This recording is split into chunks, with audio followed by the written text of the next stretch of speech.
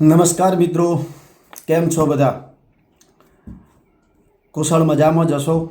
હવે એકાદ બે દિવસની તકલીફો સહન કરી, નુકસાનનો અંદાજો તો હજી આજથી હવે તમને ધીરે ધીરે આવશે. અને જ્યારે જેને પાણી ઓસર્યા છે અને ખેતરમાં ગયા છો અને ત્યારે અંદાજો આવશે.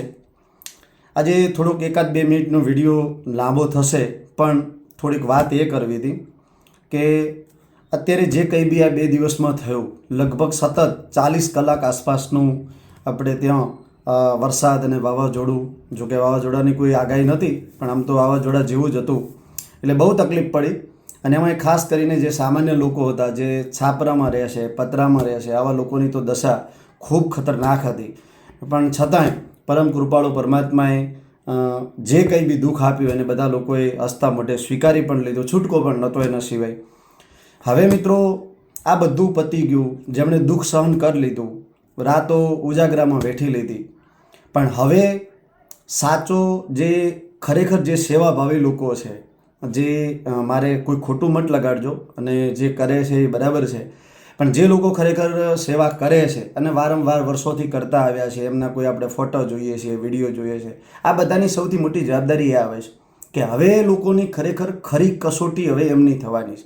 અને કઈ થવાની છે કે અત્યાર સુધીમાં જે કંઈ બી આજે 40 કલાક સતત વરસાદ વરસ્યો, જેના કારણે થઈ અને સૌથી વધારેમાં વધારે કોઈને જો મોટું નુકસાન થયું હોય તેવું તે થયું છે ખેડૂતને. કારણ કે એની 4 મહિનાની કમાણી જે પાણીમાં વહી ગઈ છે. હવે અત્યારે કોઈ ઓપ્શન નથી. એકલા ખેડૂતને નહીં, એની સાથે સાથે નાના નાના દાખલા તરીકે જે રોજમર્રાની જિંદગી જીવે છે, કે જે માની લો દાખલા તરીકે રોજનું કમાય છે ને રોજનું ખાય છે, લારી છે, ગલ્લો છે, નાની દુકાનો છે, આ બધાને તકલીફો પડી છે. આજે હજી એવી દુકાનો, લારીઓ અને ગલ્લાઓ છે કે જે પાણીમાં છે. એમનું ક્યારે શું થશે, એમને ક્યારે રાબેતા મુજબ બધું પટરી ઉપર જિંદગી આવશે, એ હજી થોડો સમય લાગશે.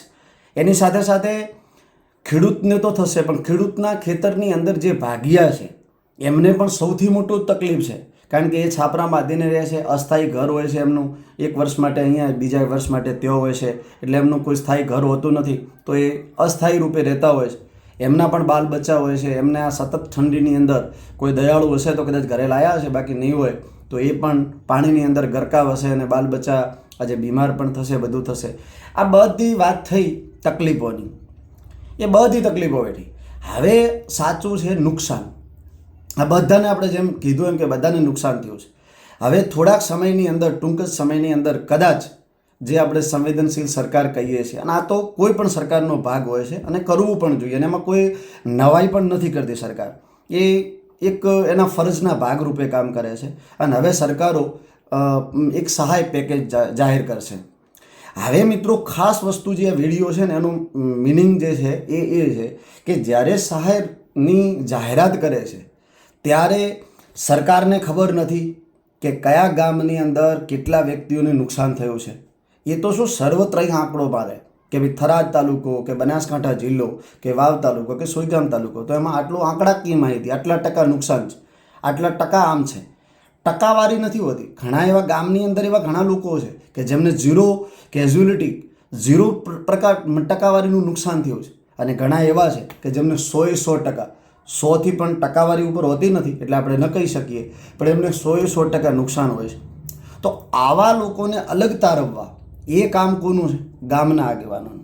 હવે ખોટું ન લગાડતા, હું કોઈ આગેવાનનું નામ નથી લેતો, દરેક ગામની વાત કરું છું. જ્યાં સુધી જ્યારે આવી જરૂરિયાત, હવે આજે તમારી જરૂરિયાત છે, જે આગેવાન થઈને ફરો છો, જ્યાં તમારું દાખલા તરીકે માની લો કે તમે સ્વાગત ઈચ્છો છો કે અમારું સ્વાગત થવું જોઈએ, તમે દાખલા તરીકે એવું ઈચ્છો છો કે ભાઈ હું ફલાણી પાર્ટીની અંદર આગેવાન છું, હું ફલાણાની અંદર ફલાણો પ્રમુખ છું, ફલાણો દાખલા તરીકે પેલો છું, જે કંઈ બી પાર્ટી અલગ છે.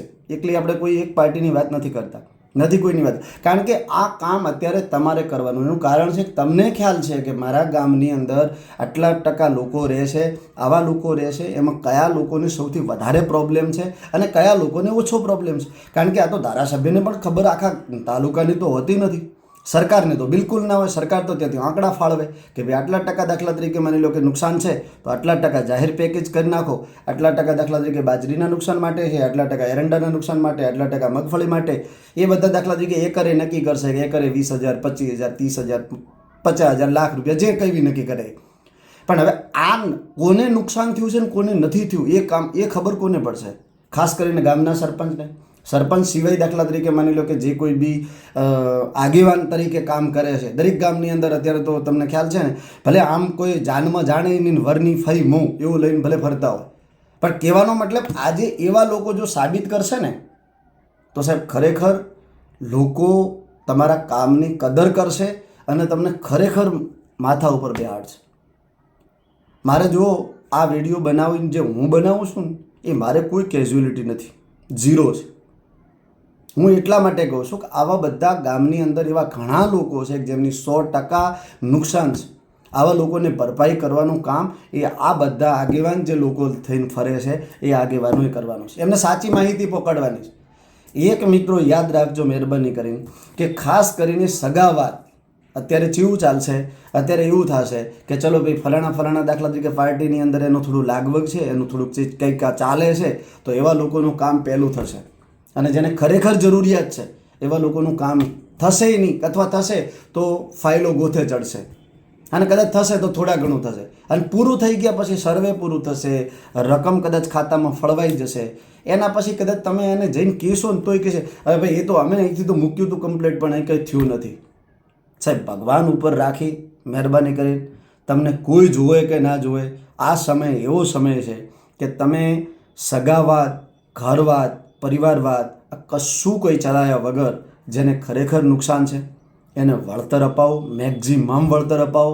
અને વળતર લે છે તો એમાં કંઈ ખોટું નથી.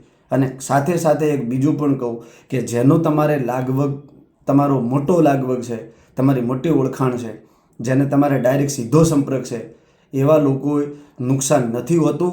છતાંય 5% નુકસાન હોય, 5,000નું નુકસાન હોય, 50,000 પાસ કરાવો છો. મિત્રો યાદ રાખજો, ટકવાના નથી. આવશે એટલે રાજી થશો, પણ જતી વખતે તમને ખ્યાલ નહીં આવે કે આ પૈસા આ કઈ રીતે ગયા.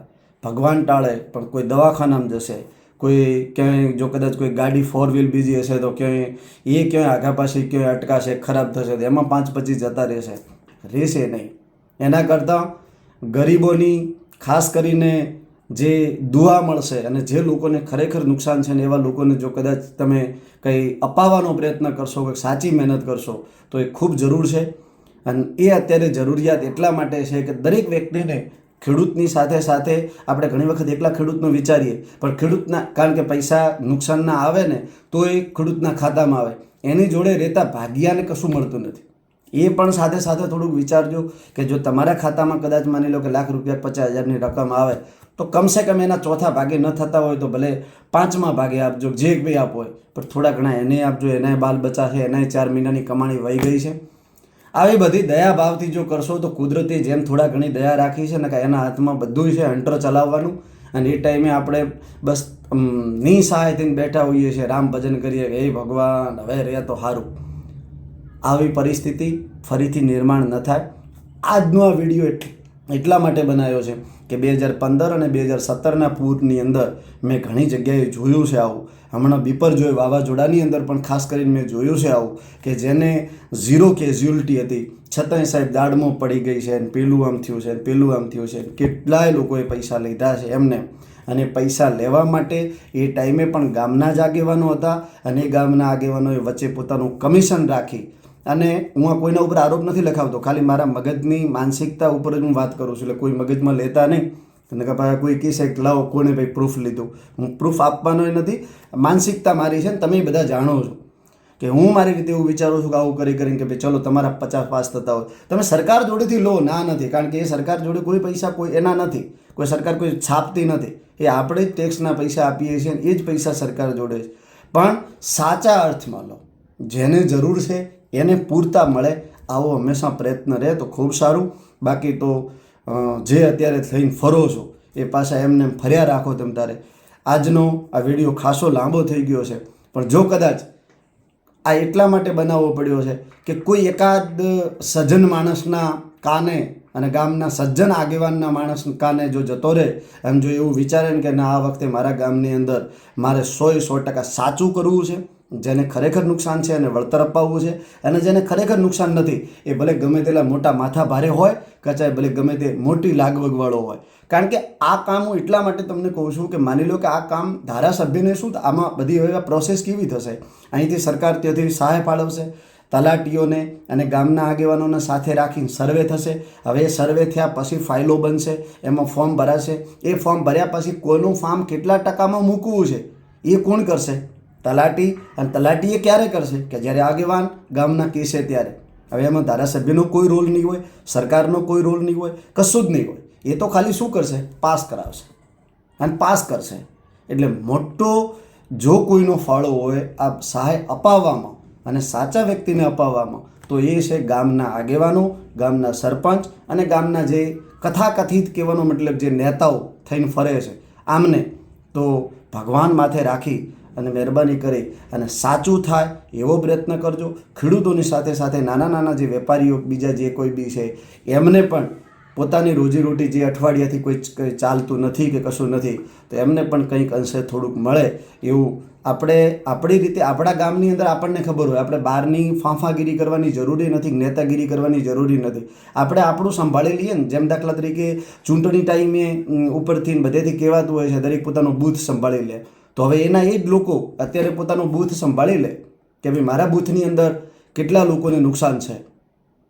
સાહેબ આ જ કામ સાચું કામ છે, ભગવાનના દરબારમાં લખાશે. અને મહેરબાની કરી અને આવું જ કરજો. હું એક નાના ભાઈ તરીકે કોઈને ખોટું મગજમાં લેતા નહીં, વિચારતા નહીં. લો તો કોઈ વાંધો નથી, પણ કહેવાનો મતલબ લેતાય નહીં. અને નમ્ર અરજ છે કે સાચું થાય એવું કરજો, સાચા લોકોને ન્યાય મળે, સાચું જેને નુકસાન છે એને ફાયદો થાય એવા પ્રયત્ન કરજો. અસ્તુ. જય હિન્દ, જય જગત. પ્રભુ તમારા ઉપર કાયમી રાજી રહેશે. નમસ્કાર.